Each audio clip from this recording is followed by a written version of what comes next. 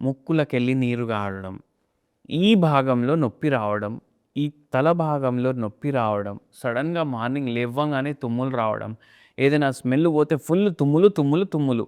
అట్లనే మెల్లగా ఏమైపోతదంటే sinusitis develop అయిపోతది. అయితే సైనసైటిస్‌కి ఈ ముక్కు వంకరగా ఉండడానికి ఏముంది రిలేషన్? ఏందంటే చాలా రీసెర్చ్ ఆర్టికల్స్ చెప్తాయి. ఏమనేసి చెప్తాయి? మీకు డీఎన్ఎస్ ఉంటే మీకు సైనసైటిస్ అయితది. అవునా కాదా? మీకు కూడా ఎవరో అడ్వైస్ చేసి ఉంటారు. బై చాన్స్ మీకు సైనసైటిస్ ఉంది.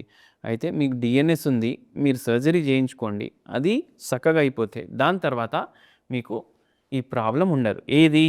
తుమ్ములు రావడం, నొప్పి రావడం, తలనొప్పి రావడం, ముక్కులకెళ్ళి నీరు గారడం, చేతులు లాగడం, ఫుల్ డే నీరసం ఉండడం. ఎందుకంటే గాలి సరిగా పోవట్లేదు మీ ఊపిరితిత్తుల్లో అండ్ శరీరంలో అనేటోళ్ళు ఉంటారు.